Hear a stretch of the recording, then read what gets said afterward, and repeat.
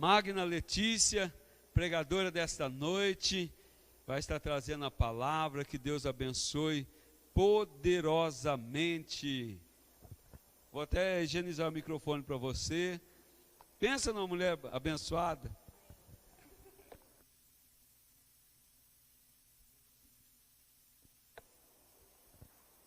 Glória a Deus. Boa noite, igreja. Que a paz do Senhor alcance teu coração, amém? Glória a Deus, muito bom ver você aqui. A você que está em casa, que a paz do Senhor alcance o teu lar, a tua casa e o teu coração nessa hora. Eu gostaria de te convidar a meditar comigo no livro de Miqueias. Miqueias, capítulo 7. Nós vamos ler do verso 1 até o verso 7. Miqueias é um livro não muito lido, né? Mas está aí na Bíblia. Faz parte dos profetas menores. Um pouquinho antes de Naum, depois de Jonas. É um livro com poucos capítulos. Miqueias, capítulo 7. O pastor Tiago vai estar colocando aqui no telão também. A partir do verso 1. Diz assim a palavra do Senhor. Ai de mim, porque estou quando são colhidas as frutas do verão, como os rabiscos da vindima. Não há cacho de uvas para chupar, nem figos temporãos que a minha alma deseja. Pereceu na terra o piedoso, e não há entre os homens um que seja reto. Todos espreitam para derramarem sangue. Cada um caça a seu irmão com rede. As suas mãos estão sobre o mal e o fazem diligentemente. O príncipe exige condenação. O juiz aceita suborno. O grande fala dos maus desejos da sua alma. E assim, todos eles, juntamente, urdem a trama. O melhor deles é como espinheiro. O mais reto é pior do que uma sebe de espinhos. É chegado o dia, anunciado por suas sentinelas. O dia do teu castigo, aí está a confusão deles. Não creiais no amigo, nem confieis no companheiro. Guarda a porta da tua boca, aquela que reclina sobre o seu peito. Porque o filho despreza o pai, a filha se levanta contra a mãe, a nora contra a sogra. Os inimigos do homem são os da sua própria casa. Eu, porém, olharei para o Senhor e esperarei no Deus da minha salvação. O meu Deus me ouvirá. Amém? Fecha os teus olhos. Peça que o Espírito Santo fale ao teu coração e que essa palavra venha de encontro à necessidade de todos que estão aqui e que estão em casa agora. Pai querido, nós estamos reunidos diante da tua presença nessa noite. Somos privilegiados, Senhor. Privilegiados porque nós podemos e temos a liberdade de levantar mãos diante da tua presença, de prostrar-nos diante de ti, de declarar o nosso amor, a nossa devoção a ti, Senhor. Nós somos privilegiados porque até aqui o Senhor tem nos abençoado, o Senhor tem nos guardado, o Senhor tem colocado as suas mãos sobre nós. Temos vivido debaixo das tuas asas, Senhor, nesses dias. E queremos, Pai, que o Senhor continue conosco, que o teu Santo Espírito seja sobre nós, que o teu Santo Espírito alcance, Senhor, todos aqueles que têm o desejo ardente de estar diante da tua presença. Ah, Senhor, nesses dias difíceis, dias que já foram preditos pela tua palavra, pelos teus profetas, dias, Senhor, difíceis, em que necessitamos da presença do Senhor conosco. Por isso, Pai, em nome de Jesus, fala conosco nessa noite, que a tua palavra, Senhor, venha de encontro ao nosso coração, à necessidade do nosso coração, e que saiamos daqui, Senhor, fortificados, que saiamos daqui como águias, que não têm, ó Deus, o que temer, porque nós servimos a um Deus poderoso, a um Deus que nos fortalece e nos guarda em todo o tempo. Muito obrigada, Senhor, pela tua presença. Usa a minha vida, Senhor, como instrumento nas tuas mãos, em nome de Jesus. Amém. Irmãos, é bem claro para a gente, quando nós olhamos a situação do mundo em que nós vivemos, não só no Brasil, mas eu acredito que todos os países da terra estão passando por um período difícil. Se você assistir a TV, se você abrir o jornal, se você ver na internet, você vai ver que a situação do mundo em geral é de crise. Existem crises na saúde, como nós sabemos, crise para procurar alguma cura para esse vírus. Existe crise econômica, financeira, existe crise política, existe muitos tipos de crise. Mas existe também a crise ética e a crise moral, a crise dos valores, do que é certo e do que é errado.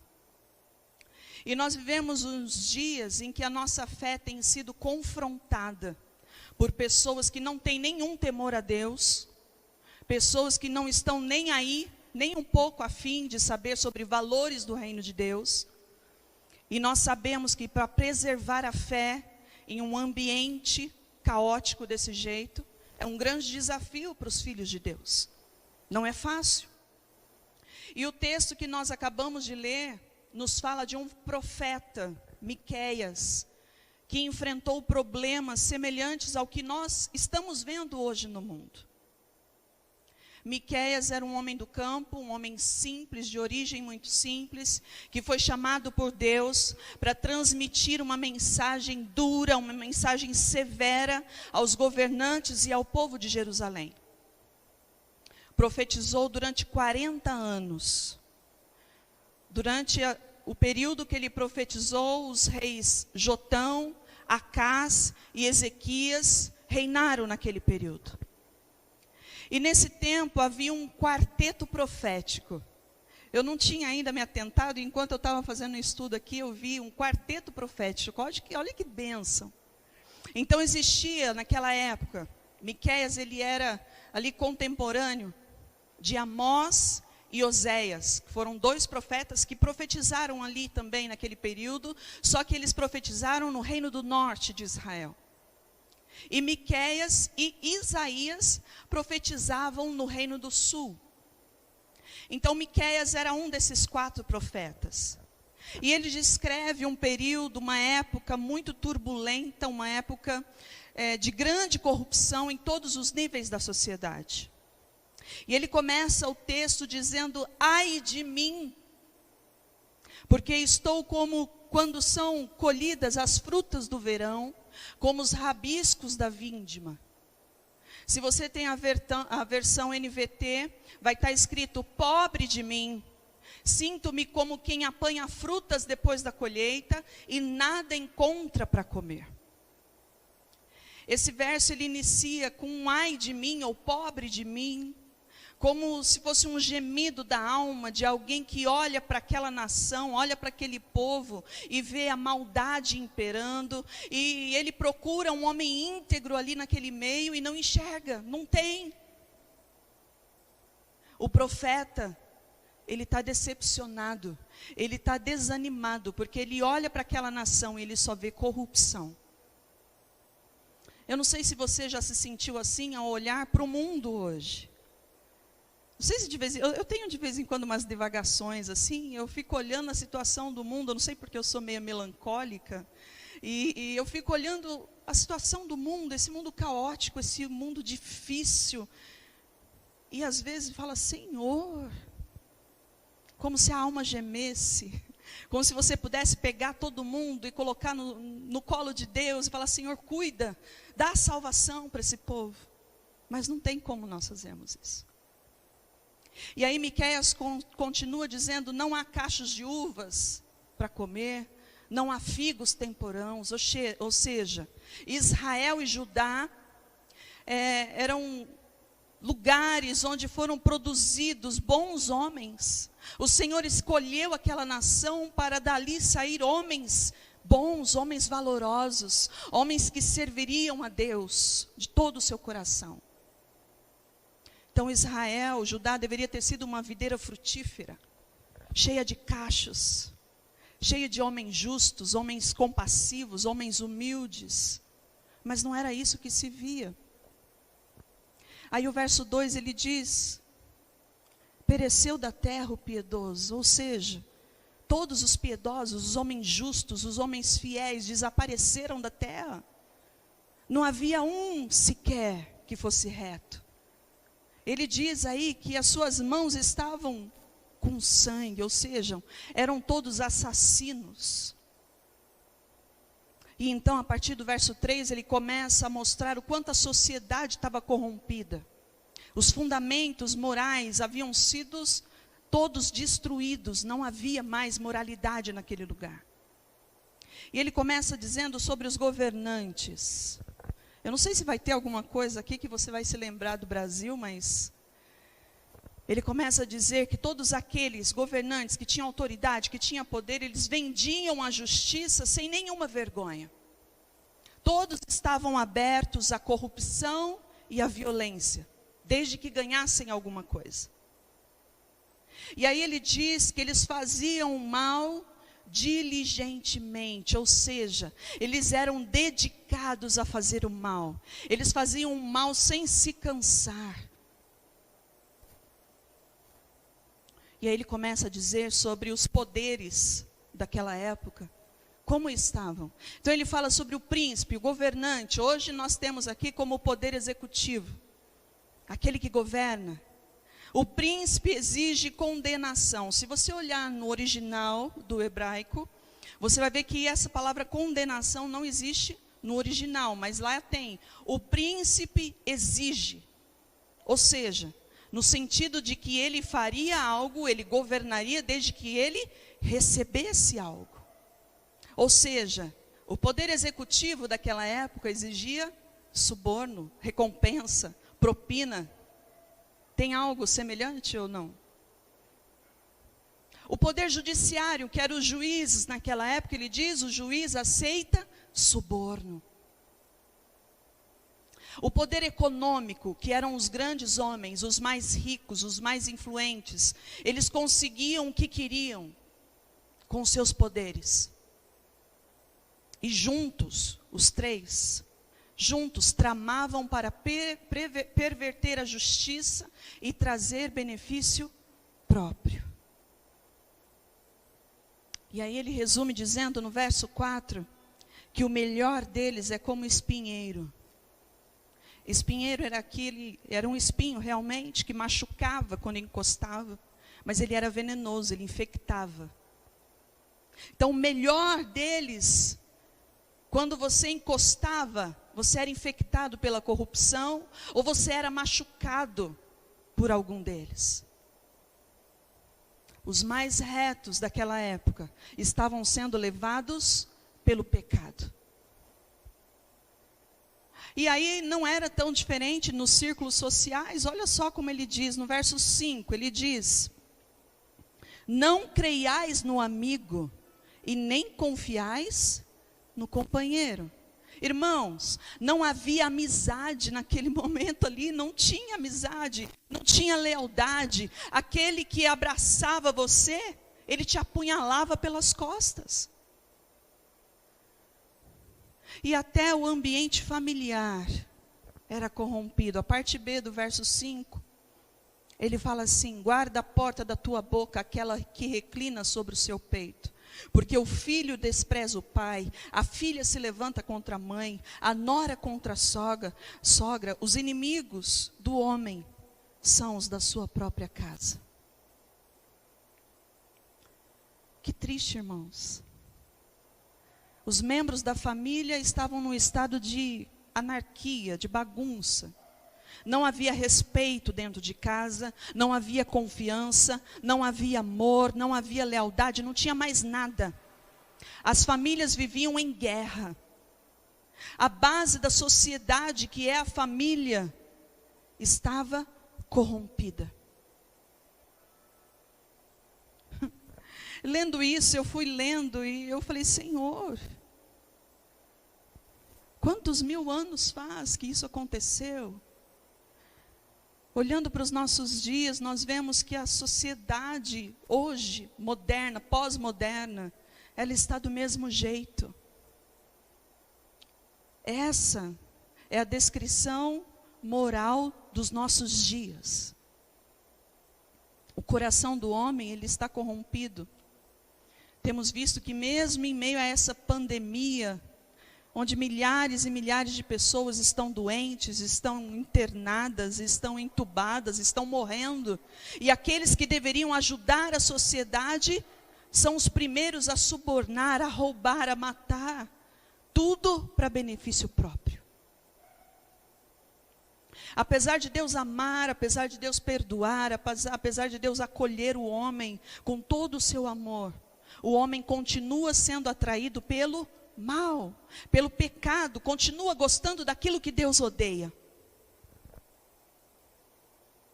Nada mudou. Esse relato de Miqueias acontece no século 7 a.C., ou seja, 700 anos antes de Cristo. Mas aí eu queria te convidar a abrir a sua Bíblia em 2 Timóteo capítulo 3.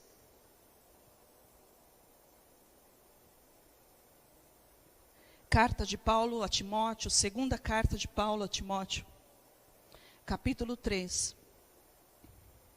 Eu queria ler os 5 primeiros versículos. Que diz assim: sabe, porém, isto, nos últimos dias sobrevirão tempos difíceis, pois os homens serão egoístas, avarentos, jactanciosos, arrogantes, blasfemadores, desobedientes aos pais, ingratos, irreverentes, desafeiçoados, implacáveis, caluniadores, sem domínio de si mesmo, cruéis, inimigos do bem, traidores, atrevidos, afetuados, mais amigos dos prazeres que amigos de Deus, tendo forma de piedade, negando-lhe entretanto poder. Foge também destes. Paulo escreveu a Tiago 67 anos depois de Cristo. E qual era a imagem que tinha? A mesma. Hoje, se nós estivéssemos escrevendo a situação do mundo, nós usaríamos as mesmas palavras. A Bíblia diz que Deus contempla todas as coisas. Os olhos do Senhor estão sobre os bons e sobre os maus. Ele sabe tudo o que o homem pensa, tudo o que o homem faz. E aí o profeta, no verso 4, na parte B, volta lá para Miqueias. Versículo 4. A parte B, a última parte do versículo, ele diz assim: é chegado o dia anunciado por suas sentinelas, o dia do seu castigo, e aí está a confusão deles. Todas as profecias anunciadas pelos verdadeiros profetas estavam próximas de acontecer. E se você continuar lendo, você vai ver que aconteceu. Eu acredito que a última vez que eu preguei aqui, eu falei isso, que o povo estava ali, o templo tinha sido destruído, Jeremias estava desolado, porque eles estavam como prisioneiros, e passaram 70 anos em cativeiro por causa da desobediência, por causa do pecado. Ou seja, Miqueias estava falando, olha, vai chegar o dia em que os sentinelas avisaram, vai acontecer, se voltem para Deus, arrependam-se do seu pecado. Mas eles não davam ouvidos. Irmãos, da mesma forma, nós vemos hoje a nossa geração. O Senhor tem usado homens e mulheres para anunciar: o dia do Senhor está chegando, o dia do Senhor está próximo, Jesus está voltando, arrependa-se do seu pecado, volte-se para Deus, deixe a velha vida, venha para um novo nascimento. Mas o que tem acontecido? Deus tem usado homens e mulheres para pregar sobre arrependimento, para voltar o coração para Ele. Porque o desejo de Deus, o sonho de Deus é que todos os homens se salvem, toda a humanidade. Deus não tem filho melhor ou filho mais, não tem. Deus quer que toda a humanidade seja salva. Mas infelizmente a humanidade não dá ouvidos. Assim era no tempo de Miqueias. Se você tem acompanhado lá a novela Gênesis, né, tem sido uma audiência enorme. Você viu lá a época de Noé?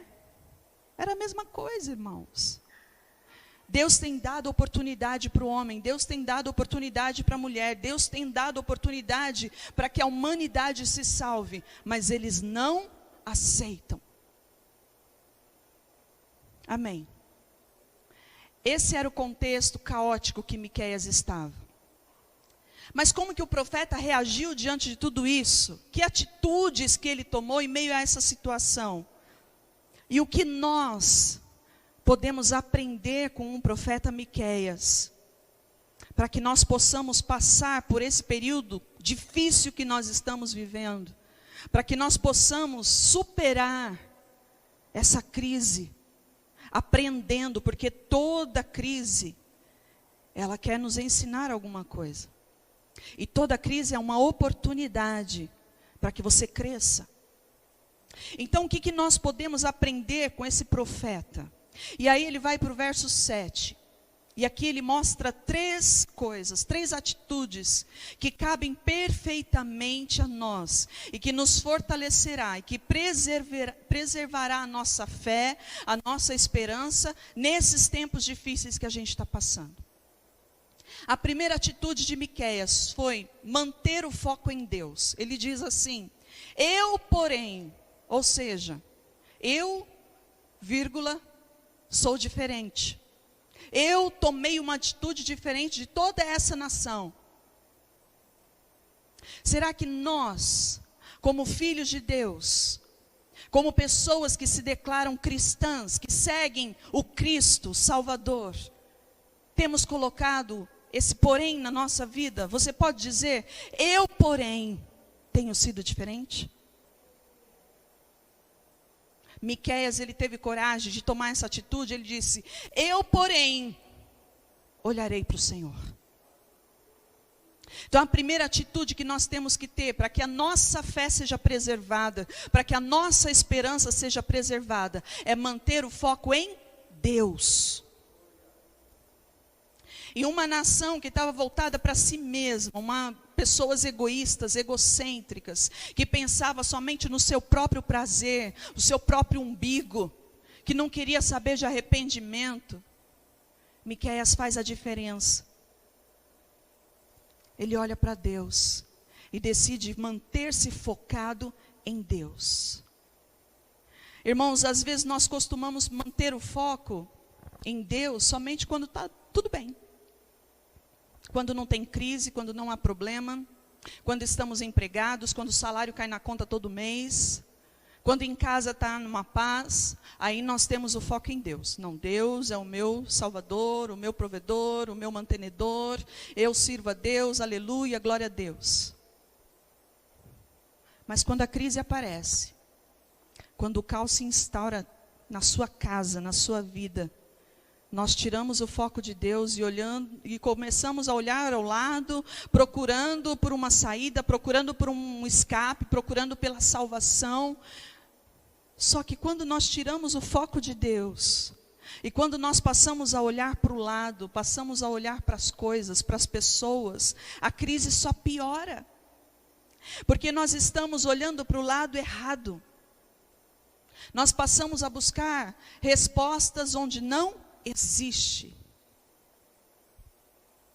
Em meio às dificuldades, em meio às crises, é fundamental olhar para Deus, manter o foco em Deus. Hebreus 12, verso 2, vai dizer assim: olhando firmemente para Jesus, autor e consumador da fé. Se você manter o foco em Deus, você vai ser direcionado por Ele. E você vai agir corretamente, conforme a vontade dEle. E você vai tirar proveito, você vai tirar aprendizagem de toda dificuldade. Quando nós focamos em Deus, nós tiramos os olhos das vontades que nós temos. Nós passamos a viver pela vontade de Deus. Passamos a depender dEle. Passamos a querer o que Ele quer para nós. E passamos a lutar pela força dEle. A nossa oração passa a ser: Senhor, que seja feita a Tua vontade. Não a minha, a Tua vontade. E nós aceitamos tudo que o Senhor tem preparado para nós. Então nós precisamos, se quisermos preservar a nossa esperança, a nossa fé, nós temos que manter o olhar fixo em Deus, para que possamos triunfar em meio às dificuldades, para que nós possamos ser o remanescente fiel, irmãos, porque nós estamos nos últimos dias. E a Bíblia diz que nos últimos dias serão poucos, é o remanescente fiel que vai permanecer. Que eu e você sejamos esse remanescente fiel que olha firmemente para Jesus. Amém? Glória a Deus. Segunda atitude que Miqueias teve foi manter viva a esperança. A esperança, não em qualquer coisa, mas manter viva a esperança em Deus. Ele diz: Eu, porém, olharei para o Senhor e esperarei no Deus da minha salvação. Aqui o verbo esperar, ele deriva da palavra esperança, do verbo esperançar, não esperar, tá? Então, aqui está no sentido de ter convicção da realidade de alguma coisa que vai acontecer. Ele tinha confiança de que Deus iria agir. Ele tinha expectativa de que Deus agiria a qualquer momento. Ele tinha perspectiva de que o Senhor estava agindo, trabalhando. Então essa segunda atitude de Miqueias, ela depende da primeira. Porque quando nós mantemos o foco em Deus, a nossa esperança também estará em Deus. Não tem como nós focarmos em Deus e esperarmos no governador. Não tem como focarmos em Deus e esperarmos no pastor. Não tem como isso acontecer. Se focamos em Deus, a nossa esperança está em Deus.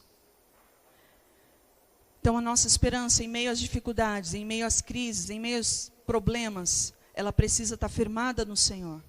Então nós precisamos crer, nós precisamos confiar que Ele é o único, não há outro caminho que pode nos ajudar. E o profeta, ele aguardava pela ação do Senhor. A esperança de Miqueias era uma esperança viva. O pastor Abimael pregou aqui esses dias sobre a esperança viva, que diz lá em 1 Pedro. Era uma esperança confiante de que Deus iria agir em favor dele. E no mundo existe um ditado muito comum que diz: a esperança é a última que morre. E eu acredito sim que a esperança é a última que morre. Mas a esperança que você coloca no homem, a esperança que você coloca no governo, a esperança que você coloca no trabalho, a esperança que você coloca no seu estudo, na sua condição social, essa esperança ela morre sim. Agora a esperança verdadeira, a esperança viva, essa esperança, irmãos, ela não morre. Romanos 15, verso 13, ele vai dizer que nós servimos a um Deus que é fonte da esperança.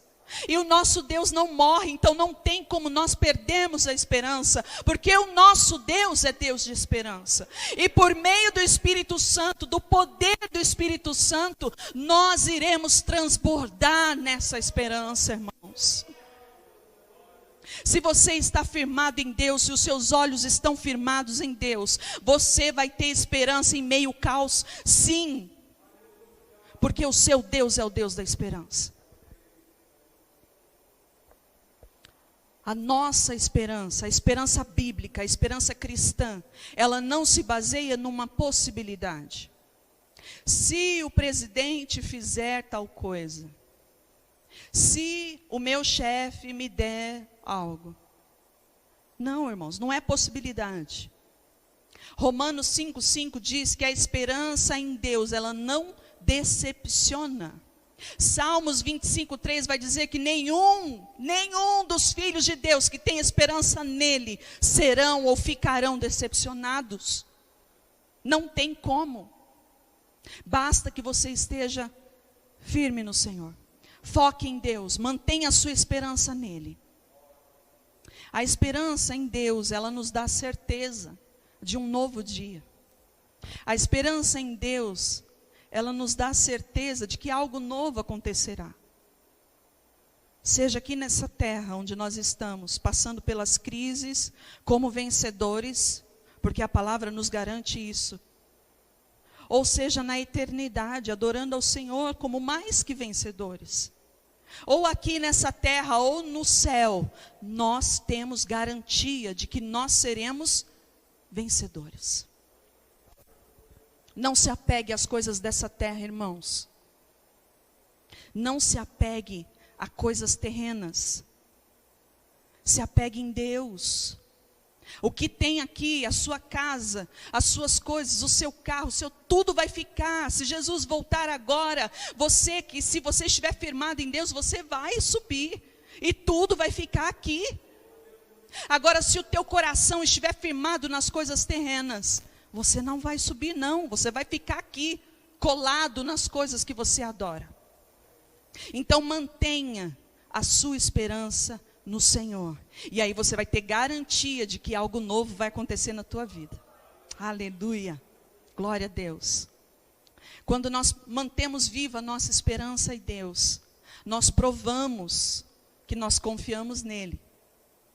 E isso evidencia a nossa fé, que é uma fé verdadeira, que é a nossa devoção a Deus, que é sincera, e que nós podemos de fato dizer, eu sou filho de Deus, porque eu creio, eu confio, eu mantenho meus olhos fixos nele, e mantenho a minha esperança firmada nele.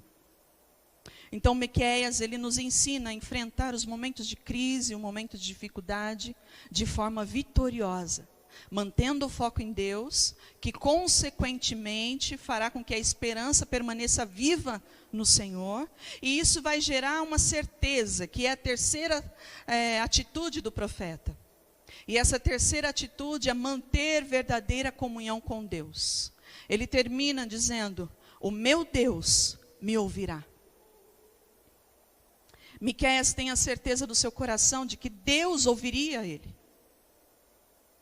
Quando você ora, você tem certeza que Deus está ouvindo a tua oração? Amém. Porque muitas vezes, irmãos, parece que você está orando e a sua oração não passa do teto. Às vezes nós oramos mecanicamente, automaticamente. Nós não entregamos a nossa alma ao Senhor. E aquela oração passa a ser uma oração mecânica, não tem mais elo, não tem mais ligação. Quando você tem verdadeira comunhão com Deus, você fala com o Senhor e você ouve o Senhor, é um diálogo. Miqueias conhecia o seu Deus. Ele sabia que estava incluído no pacto de Deus com os seus antepassados. E isso lhe confortava o coração e lhe dava plena convicção de que ele seria ouvido por Deus. Essas crises que nós passamos, as dificuldades que nós passamos, elas servem para estreitar, apertar o laço de comunhão que nós temos com Deus. Tem muita gente nessa pandemia que não está vindo na igreja, mas também não está assistindo os cultos em casa. Também não está orando. Também não está abrindo a palavra e lendo e meditando. Essas pessoas estão se afastando de Deus. Então a crise não serviu para juntar. Ela deixou que a crise afastasse. Mas o Senhor muitas vezes Ele coloca uma determinada situação para fazer com que você se achegue. Porque o desejo de Deus é ter relacionamento com o homem. Deus quer falar, meu filho, vem cá, vamos conversar. Sabe o que acontecia com Adão e Eva toda tarde? Quando o Senhor vinha caminhar com Adão e com Eva, e ali eles trocavam altas ideias. É isso que Deus quer fazer com a gente. Ele quer olhar e falar: Alex, puxa, que bom, você ganhou um presente. Cuida desse presente que eu te dei, Alex. Daniel, que bom, você está na minha presença, meu filho. Eu vou te fortalecer. Sara, permaneça. Eu estou com você. Eu sou contigo todos os dias. Terezinha, você é uma serva valorosa. Eu louvo pela sua vida. Martinha, você está sempre servindo, adorando. Oh, minha filha, fique perto. João, adorador, que bom. Cada um de nós, irmãos, o Senhor nos conhece pelo nome. A palavra de Deus diz que na palma das mãos dele está todos os nossos nomes. E ele conhece cada fio de cabelo que nós temos. Nós precisamos ouvir e ter contato e ter relacionamento com esse Deus que nos ama tanto. Mas só tem um meio de nós termos relacionamento com esse Deus: se você orar, se você ler a Bíblia, se você tirar um tempo do seu dia ali junto com Ele, conversando com Ele. Às vezes você não sabe, mas eu não sei orar, eu não sei falar, não tem problema. Ajoelhe-se ali e fique adorando, exaltando o nome do Senhor. E quando você vê, você estará horas e horas diante dos pés dEle. Nós não somos nada sem Deus, irmãos. Nós somos dependentes desse Deus. Se estamos com Ele, se temos comunhão com Ele, então nós podemos ter certeza de que as nossas orações são ouvidas. Estar com Deus, viver em verdadeira comunhão com Ele, é um grande privilégio. Há lugares por aí que eles não têm essa oportunidade de falar com Deus. Então nós precisamos aprender a desfrutar desse privilégio. Jeremias 33:3, o Senhor, Ele faz um convite, Ele diz: clama a mim, e eu te responderei, e te mostrarei coisas grandes e ocultas que não sabes. Mas para que eu te mostre, você tem que falar comigo, você tem que ter relacionamento comigo, você tem que ter intimidade comigo. Não tem como eu revelar coisas novas para você se você não me buscar, não tem como. Então nós temos que ter essa verdadeira, essa intensa comunhão com o Senhor. Isso fortalecerá a nossa fé. Mesmo em meio a crises, mesmo em meio a dificuldades, nós estaremos firmes, firmados na rocha que é Jesus Cristo, autor e consumador da nossa fé.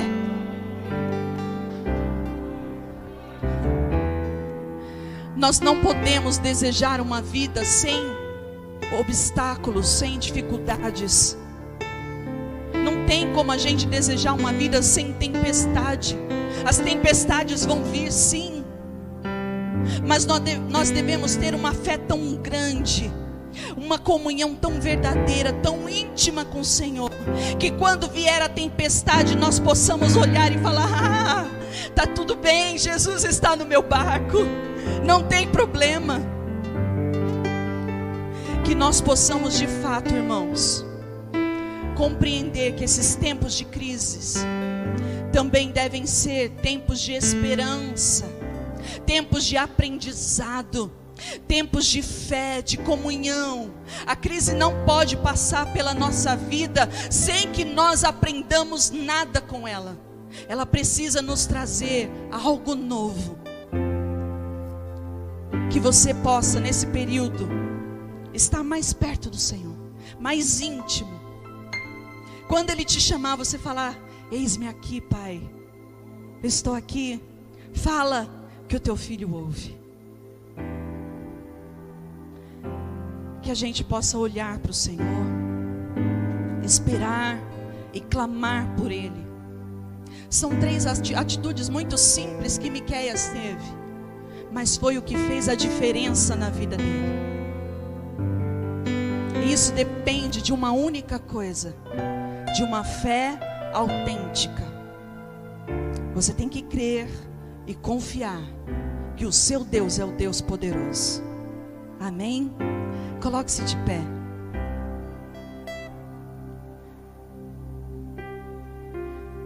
Que você saiba que é muito melhor nós estarmos numa tempestade com Cristo no barco do que nós passarmos pela calmaria com o diabo ao nosso lado. Então que nós possamos preservar a nossa esperança e a nossa fé no Deus Todo-Poderoso que nós servimos. Louve ao Senhor nessa noite.